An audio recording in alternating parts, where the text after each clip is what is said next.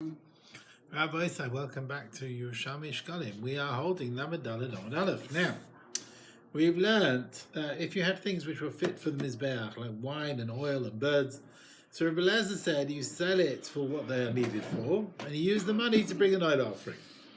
So Rabbi Elazar, things that are fitting for the Mizbeach, apart from animals, they've got Kedusha stuff, they've got monetary holiness that the money ends up being an oil offering. Even on birds, there's a monetary offering, monetary holiness, and it ends up being used, the money, for an idol offering.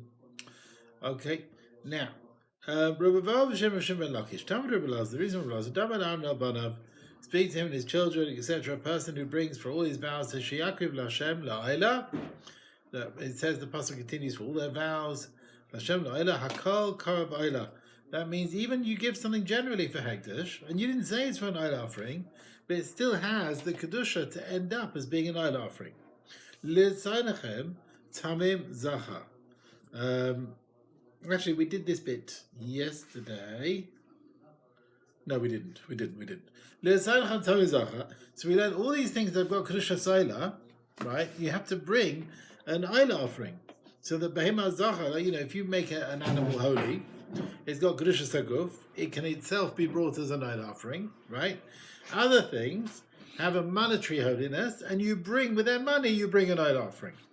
Are you going to tell me the same with birds? That, they've got a din of common oila, so maybe if you make a bird holy, stam, maybe we'll have kedusha saguf, maybe it itself will be an oila offering, and maybe other things like wine, which has got kedusha stamim, maybe when you sell it, you can use their money as well for an oila offering, not only an animal. That's why it says babaka. It's only animals, v'lo oifos. The kedushas chal on things fitting from his beach through hekdesh is the kedushas oila of an animal, not oilas ha'oif. So even birds, right? Hekdesh stam, they have a monetary kedusha for an oila offering. They don't have any kedushas haguf. Okay, so hekdesh stam, you made something holy. You didn't say what for. It's got kedusha of an oila animal. Even birds, which they themselves could be an ayla, no. It's only a monetary kedusha, and they do not become holy of kedusha zaguf. So you'll use the money to buy an ayla offering.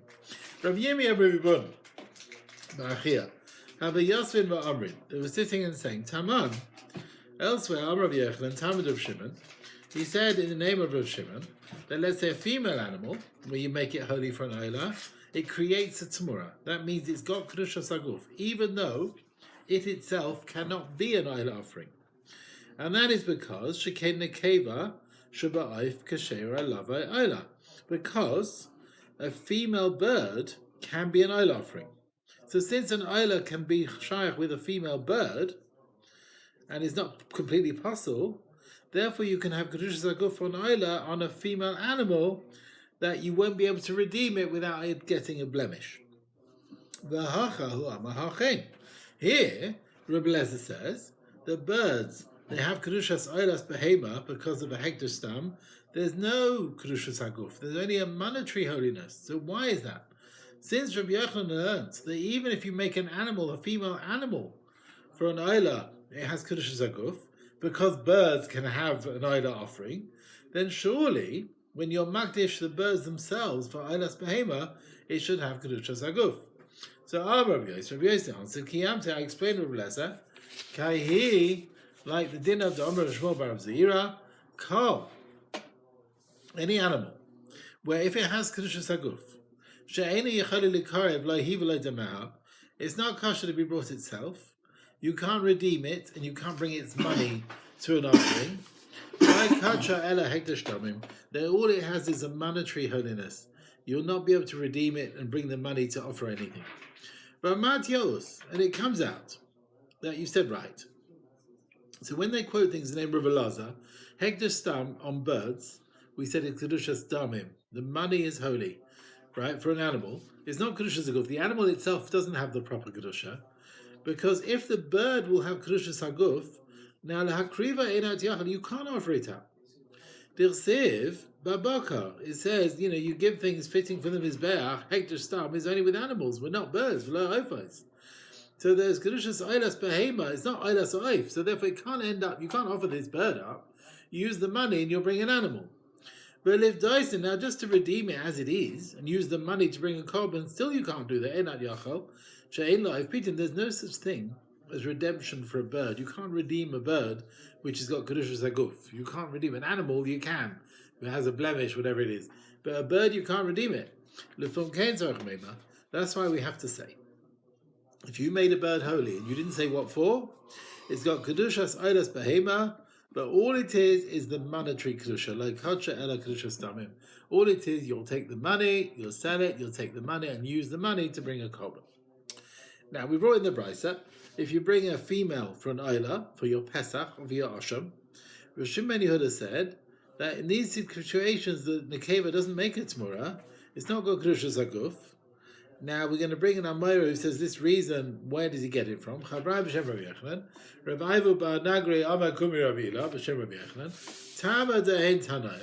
reason of this Tana of Shimon Yehuda, the name of Shimon, is from the following drasha. It says when you're redeeming things,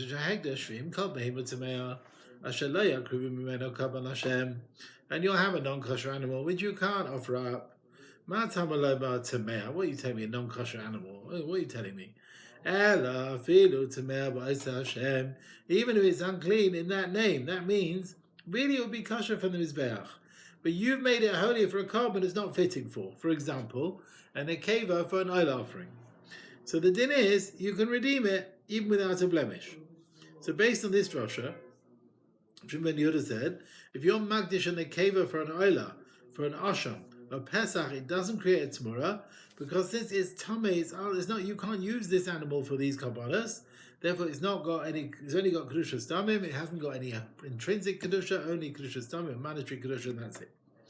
V'kashya, but it's still difficult because v'dar kasev v'hemed v'herich. Now here, pidyon without a blemish of an animal that's got kedusha stamim, it's got mandatory kedusha, and it says you'll stand the animal up. Right, the pasuk says you'll stand the animal before the kohen. You work out valuation. Yeah, to get a redemption, you need to stand it up, right? Now, this pasuk that we're bringing as the source from Yerushalmi ben Yehuda, it says the din of hamada v'aracha, that animals can be stood up and worked out of value, and the animals we're talking about are probably the animals that need standing up for their redemption. Now, it can't be, right, that according to Yerushalmi, this pasuk is telling me about an animal which has only got kedushas damim, and that's being redeemed even without a blemish. We can't refer to Kedushas Damim animals here. Because according to him, the Din Hamada Baracha was only said on animals with Kedushas Haguf. The whole idea of redemption is animals which have proper Kedusha, not Kedushas Damim ones. And they need a blemish to start redeeming them. These animals, Kedushas Haguf, need a blemish before you can redeem it.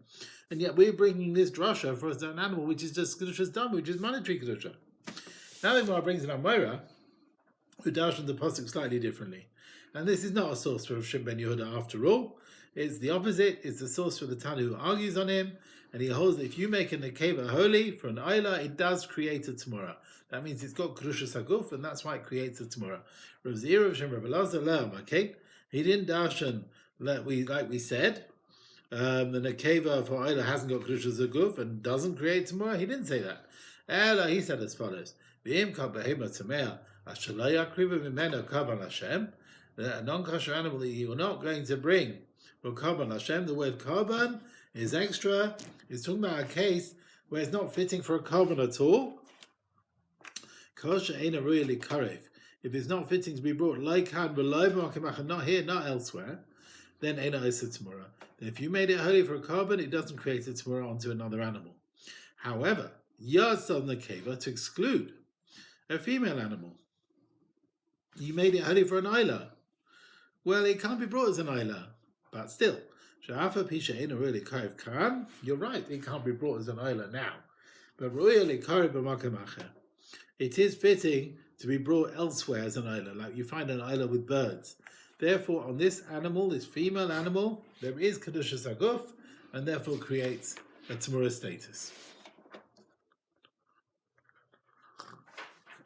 Rav Avan, Rav Ibun, Vaykum Rav Zira. They asked, Hare Haravea, an animal that did an act on a person, V'hanirba, that's an animal where a person did an act on the animal, Hare Einan Ru'ili Kariv, like Ham, like Makamacha, they can't be used here or anywhere.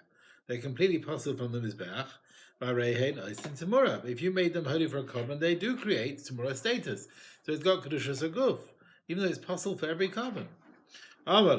So he answered back, Razir answered back. I never said, completely. I only meant proper tameh. I didn't include this pasuk, more than a behemoth from min tameh. Basically, I meant a proper tameh one, not a tahir one, which is not fitting for this particular korban. You understand? So when I said it's not fitting, not here, not there, it means it's not din tameh. It's ein bichlal din tameh. It's got no kedush saguf. Like it's a proper tameh. It's like completely not its type. It can't be offered anywhere. Right? So just like we're excluding a makeva from an oila from the din tameh because it can be brought for other korbanos, ravea nirba, they are generally, their species can be brought. This particular animal can't be brought, but their species can be brought. Right? So therefore, if they were mukdash for a korban, whatever it is, or nekeva for an oila, they have kedushas aguf and the creator's tamura. V'kashya. Now we're going to ask on this because b'dar kasiv v'hebed v'herech. Now this idea, again, you're redeeming an animal of a min tameh. And it says hamada v'aracha. You're going to stand it up. Now it's brought in many brises. Pidyon of a behema from min tameh. It says in behema hatamea. The pasuk talks about a non-kosher animal. You're redeeming it. Upada, right? And that's elsewhere discussed. So we can't be discussing it here. We can't be discussing a tameh animal here because that's discussed elsewhere. Right? We're talking about a Torah animal. So you can't tell me, we're talking about a tameh animal because that's another pasuk. So basically we've pushed away the drosha of Zehira. It can't be from this pasuk like his diuk, that an animal which is not fitting to be brought, not here, not elsewhere. It's not a general species which is fitting to be offered up. Because the pasuk definitely is talking, including blemished animals, and blemished animals, their species are fit for hakrava. Okay, halachah. Now, achas shoshim yom b'sharin is hadishkach. So every 30 days, we look at the price, and that's what the treasurers will use to buy wine and oil and flour for the next 30 days. They set the price for the next 30 days. So anyone who agrees to provide the flowers, and they whatever, they might have paid up money for this. Once you agree to provide it, let's say me'arba, based on 4 sar for a seller, amdu b'shalosh, then if the price changes, it's now 3 sar for a seller, you're supping me'arba, but you agreed to provide 4, so you have to provide 4. Mishalosh, v'amdu me'arba, if it was 3 and now it's 4, you're supping me'arba, that provider now has to provide 4. So basically the providers have the lower hand. And wherever they have to, the Hekdesh always wins over here, right? Right? Shiyad Hekdesh al Elyon, the Hekdesh have the upper hand. If the flour that was provided to Hekdesh was wormy, even after the treasurer has paid for it, it was wormy, the seller has to make up the difference. Right? He has the loss, he has to replace it. If the wine went vinegary after the payment's been made, the seller has to make it up. Because the seller is not receiving his money forever to be possible from any warranty until the Mizbeach is happy that these things have actually been offered up. Tani, we learned in a price of Shimon. Now this is another opinion who argues in the last part of the Mishnah. Tani of Shimon, the sellers would get their money straight away. As soon as the treasurer takes their wine, that's it. There was no warranty after that. But HaKohanim Zrizinheim. We'll say this again. But HaKohanim Zrizinheim. And the Kohanim, because they're very conscientious, there's no worry they're going to allow anything to become psul, right? They're going to store everything in the right temperatures. So as soon as the money was paid, that was it. There was no warranty after that. It's unusual there's going to be any problems coming up later on. Fifth parak, the following were the various administrators and managers in the Beis Hamikdash. I think one's going to discuss when is this? When were these 15 people? Was it the second temple? The Rambam learns they didn't do it on themselves. They were like in charge of others underneath them. So let's see. Yochanan ben Pinchas was in charge of the Chesamos, on the seals. The seals were like receipts to be used when people paid for things, and they were entitled to bits of flour, wine from the wine unit, right? So these were seals of receipts. Achia ala nesachim. Achia was in charge of giving over the wine or the flour or the oil for the people who needed it. Masya ben Shmuel al hapayasas. He was in charge of the raffles. The raffles, what the Kohanim who do which avodah every morning.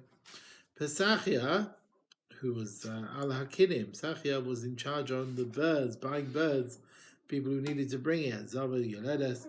Pesachia, that is Zel Mordechai. Why was he called that? Shu Pesach Devarim. He would open up things which were hidden, B'darshan, and explain them. Yadeh b'shivim lashon. He knew the 70 languages. He was Bokin Lashones. He understood things, even when they weren't totally explained. Ben Achia was in charge of Al Chalei Ma'ayin. He looked after the Kohanim when their stomachs weren't doing too well. Maybe they had too much fat meat. So he looked after the Kohanim. Nechonia Chofer Shichin. He dug wells so there should be water for the Olei Regel. Gevine Karois. Gevine was an announcer. When is it time for the Korban Tamid in the morning? He would scream out, and then the Kohanim start doing the avodah, the Levim would start singing. Okay? Ben Gever on the Ilas Sharim. He was in charge of closing the gates at night and opening them in the morning. Ben Beibai Mamuna ala Pekia. He was in charge of having the wicks from the menorah. Ben Azza ala Tzilzel on the various musical instruments, and when the Levim would sing. Hugadas ben Levi was in charge of Ashir. He was in charge of the choir. Beis Garmu was in charge of Masa Lechem Apanim, to make the Lechem Apanim. Beis Abtinas al Masa Keteres. They knew how to make the Keteres. Lazar ala Paroiches.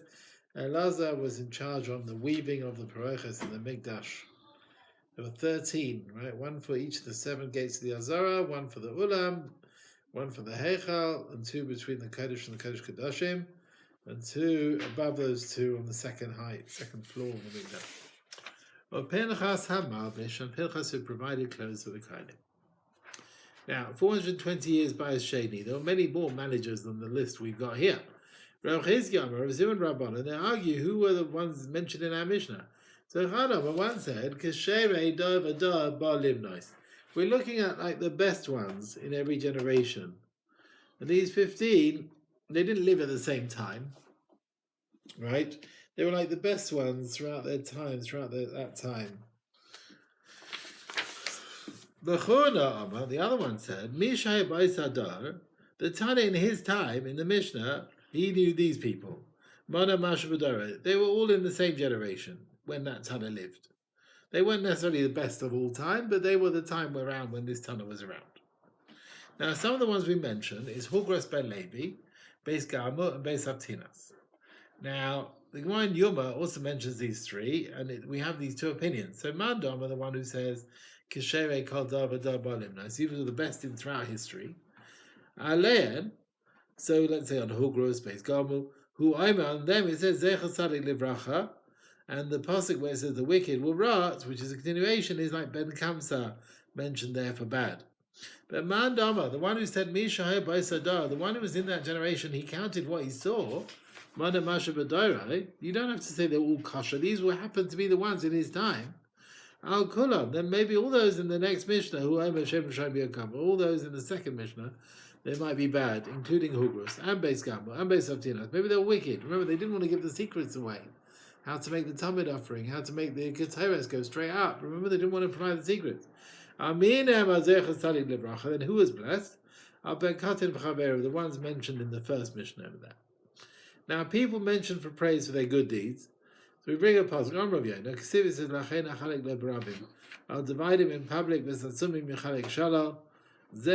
Akiva. This is a reference to Rabbi Akiva. Shehiskin Mishnah or Medrash Halachas V'Agadah. So he arranged all our learning, right? The Gemara says here. Hashem says, I will give to Rabbi Akiva, together with his Talmidim, a chelik in Gan Eden. He had the first group of 24,000 who all died, and then he taught Torah again. Yeah? And the second group, all the Tanaim were from there, So he was like the one who was Masaket, Medrash, Halacha, Agada. Okay, let's carry on. Halachas v'agadas. Okay, but yes, some say Elo Anshe Knesset Agdala, the men of the Great Assembly, and the Mash Hiskin Zeh Kol Lana Protein. So what did Rabbi Akiva set up? Sort of rules, specific rules. The 13 midas that the Torah is darshaned in them, right? How to darshan the psukim in the Torah, right? So this is what he set up. Okay, now we talk about giving over the Torah Shabbat here. And I bring another pasuk talking about the praise of those who gave over the Torah. Let's see. Amar Bavo. See, it says Mishpachai Seifrim Yoshve Yabetz. Seifrim is a reference to those who taught Torah. Ma'ata Balavet Seifrim. What's the pasuk Seifrim? Ela Sha'asis Torah Seferis. They made lists of numbers in the Torah. For example, Chamisha La Yisrael. 5 shouldn't take truma. Chamisha Dvarim Chayav and B'chala. 5 things you have to separate challah. 5 types of grain. 15 women would exempt their co-wife from requiring chalitza yibum. 36 averos have karis in the Torah. 13 matters with the corpse, the carrion of a tahar bird. Abas nazikin, 4 categories of damages. Abas malachas, abayim chasarechas, and 39 malachas and Shabbos. It says in Ezra. It says Atashahas gave to Ezra Cohen a sofer, that he was the one who said over the mitzvahs to the Jewish people. Mata Balova sofer. Why is he called a sofer? Elo kashem shoya sofer b'divrei Torah, kacha sofer b'divrei chachamim. He was well versed in the words of the Torah and the words of the chachamim as well. Right? He had the Masorah and he knew the Masorah as well. And he also knew the halachas and made the Torah Shabbat numbers, as we brought Sefer to do with counting as well, yeah? Okay. Now, in order the Torah shouldn't be forgotten, they made various lists based on numbers. But we still don't understand the Torah properly. Rav Hageb, Shem Shmuel, Rav Nachman, Rav Rishonim, the earlier ones, Charshu, Zara, Nikshu, basically they did all the stages in bread, as it were.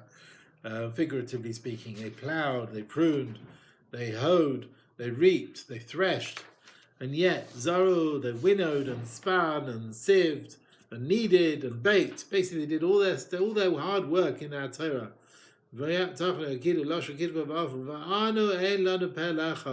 And we, what do we have to eat?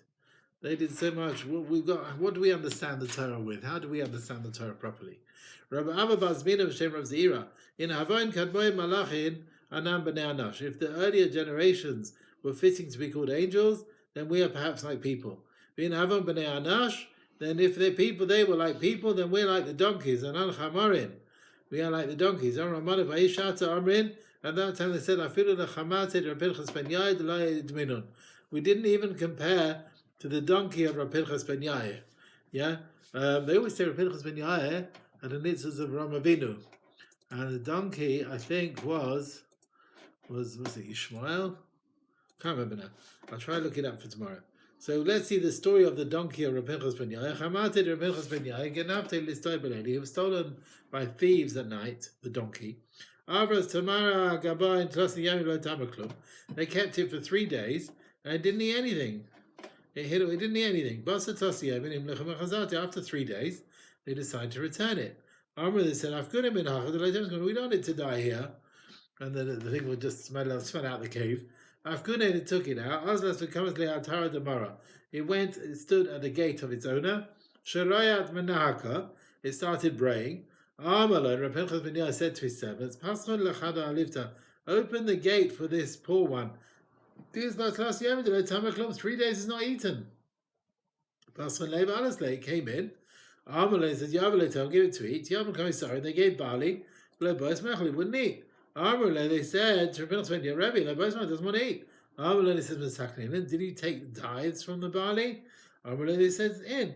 Oh yeah. Amalei, Marint and Demayan.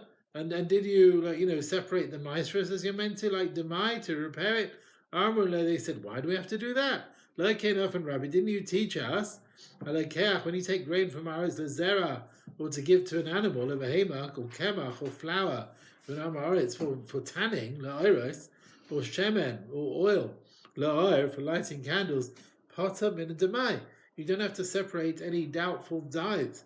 Amalon, he said, well, this one is special. It's very strict on itself.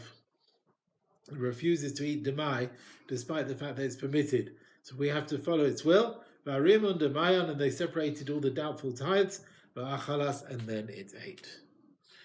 Yeah. It wasn't used for people at all, and there was no chiyuv at all to separate, but the animal wouldn't eat otherwise. The Gemara in Bavli says in Gemara Chulin there, the barley they gave was like machal behema, it was bought for a person, and that's why there was a master obligation, apiyadin. That's how the Gemara in Bavli says it. Okay. Pesachia ala kinim. Bare, come and see, kama gadol hu koicha, how great is the koach of shalaisa ish, of this person, shul pesach devarim b'dash, and he opened things and he explained them. He knew 70 languages. Tani, we've learned. Sanhedrin, sheyesh bo shnayim. Sanhedrin, they have 2 judges, Shiyodin the Daber, who can speak the 70 languages, V'kulan, and all these who don't speak other languages, Ru'in Lishma, they can hear the languages. Harez Ru'in the Sanhedrin. That's fitting to be a Sanhedrin. That's the smallest amount, because you need 2 who can speak the other languages, and the rest can understand the other languages. That's a fitting Sanhedrin. If, however, you have Shloisha who can speak all the 70 languages, Harezu Beinanis, that's a normal Sanhedrin. And if you have 4, Harezu Chachamo, then that's a very clever Sanhedrin. Over Yavne, Hayuba Arba, and in Yavne you had 4 who spoke the 70 languages. Ben Nazai, Ben Zoma, Ben Chachinai, and Rav Elazar ben Masya. Rav Chisda, Pamach Hasiyov She'eretz Yisrael. There was a famine in Eretz Yisrael, the crops didn't grow. Where are they going to bring the Omer offering from? There was one deaf mute. Now he sat where one hand was on a roof and one hand was on a sort of a hut or booth. They brought him in front of Pesachia to explain what he meant. Says, is there a place called Gagos Tzrifim, which is made up of these 2 things, the roof and the hut? Tzrifim Gagos. And then as the Taman, they went there, and sure enough, they found the grain, the barley they needed. There was a time when all the grain of Kol Haloshon was all parched and drowned and ruined. Where are we going to bring the Omer? Again, there was a deaf mute. He put one hand on his eye, and the second one on like the bolt of the door, where you put the bolts to lock the door. They go with Pesach, they agree with Pesach. Amalei says, sure enough, they went to the place called that, and they found what they needed. 3 women brought some birds for their korbanos. One said, this is le'ei nasi, for my nasi, whatever, we'll see in a minute. And one said, le'yamasi, one said, lizivasi. Now, what do they want it for? Had they had a birth or what? They thought she meant that she's bringing the birds because shofars combined. That means she was a zava. She'd had all these emissions, and therefore one was a chatas bird, one was an oila bird. And he says, no. But Aina Sakinas, she means she had a danger in her eye, and now she's better. She's bringing a can of birds for an oila offering. Maybe they thought shofars bayam. Again, ziva, that she's flowing like the sea. And he says, no, she had a danger in the sea. So therefore, they're both oil offerings. And Zusha Amar Lezivasi, maybe they thought again, Zava Mamish. Amar, and he says, no. Zev Ba'aliteles, but a wolf came to take her son. She made a vow that if she gets saved, she'll bring oil offerings. And that's what happened. Then Achia ala Chole Ma'im, he was in charge of the stomach problems of the Kohanim. So they didn't wear shoes, walking around. Made of stone. But they ate a lot of meat. But a lot of water instead of wine. They can't drink wine, or you can't do the avodas. They drank a lot of water. How can one drink a lot of water? It wasn't good for them. And he knew which wine is good for the stomach, and which type of wine is bad for the stomach. He was digging all the wells. And he knew which rock will produce cold water, Vaiden Kefis Beis Harav Ruven, which one has warm water, Vad Matze Hanshra Rusin Matze, and where the heat will reach. Ravacha. Now, although he was involved in communal affairs, Umeis Benai Batsama, his son died in thirst. Now, he was punished for his sins. The one who says, oh, Hashem will just let everything go. That's wrong to say that. His stomach will be let go. So who knows what illnesses he will have. Right? Here, why is the son of Nechunya dying for the sin of his father? Because children shouldn't die for the sins of the fathers. Some say this is only on an adult who an ish doesn't die for the sins of his fathers. When children are young, they are in their father's domain, and therefore they may die for the father's sins. You hear that, Rabbi say? Could be his son died when he was young. Or maybe the son was older and he died for his own sins. But had Nechunya not sinned as well, maybe he would have been saved. Hello, back to the Gemara then. Marich Ruche, Hashem sometimes waits a bit to give time for Teshuvah, V'gabi Didei, but then after a while he does punish.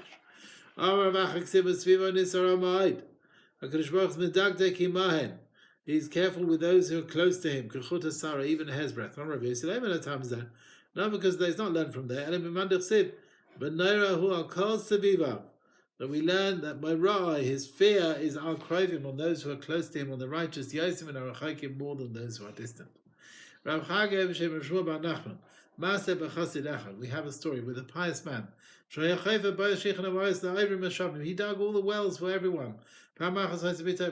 His daughter was crossing a river, and the river flooded her away, and they didn't know where she was. Everyone wanted to comfort him, like he wasn't comforted. Pinchas ben Yair wanted to comfort him. He didn't accept it. Pinchas ben Yair said, where's your piousness? Where's your piety? You shouldn't be called a chassid. They said, Rabbi, this is what he used to do, and look what happened to him. Pinchas ben Yair said, wait a minute. He respected his creator with water, and he punishes him in water. The sound went round in the town. The daughter showed up. She didn't get flooded away. Some say she was held on by a branch and she was saved from the water. And some say an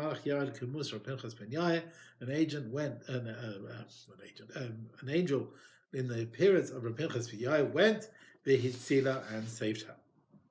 He was the one who cried out in the Beis Mikdash every morning. What would he say? Get up, Kairim Lavaida, and the Levim Leducham, Yisraelim Hamadam. Agrippas, Hamelach, Shamakad, he could hear his voice, at Shemaina Pasas, even a distance of 8 parsa. Parsa is 4 mil. A mil is 2,000 amas. 8 parsa is 64,000 amas. And therefore that works out based on an amma being 48 meters. Half a meter, rather. 0.48 of a meter. So 8 parsa. Agrippas says heard the voice of 3. In Bavli it says 3 parsa. Different gear size here. Some say you could hear it in Yerichai, which was further away, more than 10 parsa. Okay, so different ways to understand. Some say the difference between the noise that was heard in Yerichai, there they only heard the noise of the machinery and so on, whereas that further away, 3 parsa was the clear voice. You could hear different things at different distances away. All right.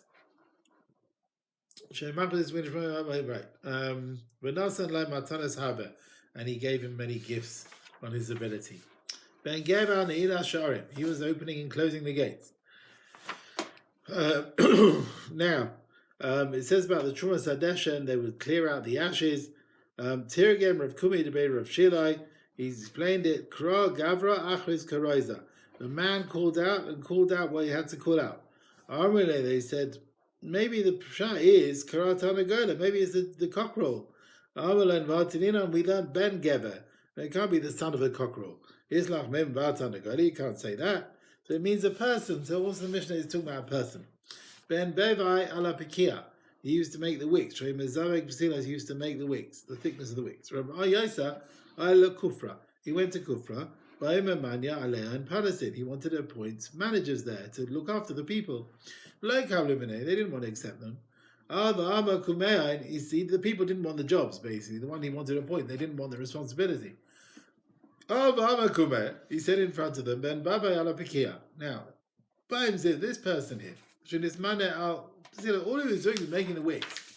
And yet, look, is mentioned with all the greats of the generation. Sha'atem is manen al-chayna fashas, you're looking after people like Koshkin, how much more will be a great thing. Ben Aza ala Tzilatzal, Ka'ida Tanina Taman, like we've learnt, Heinif Hasagan Vasudrin, the deputy would wave the flags, Vehigish Ben Aza Batilson, he would start the music on the cymbals and so on. Hugras Ben Levi ala Shir, Rav Achan, Ima Yisera Haziyadeh, he knew the pleasant noises, the pleasant sounds. But Hugras Ben Levi, they said about him, he could like change his voice with the different tunes. When he put his thumb in his mouth, various types of notes he could produce. And they were like trembling backwards from his voice, which came with such power. Okay, Rabbi, so I have to stop here. I'm afraid I've got something to do.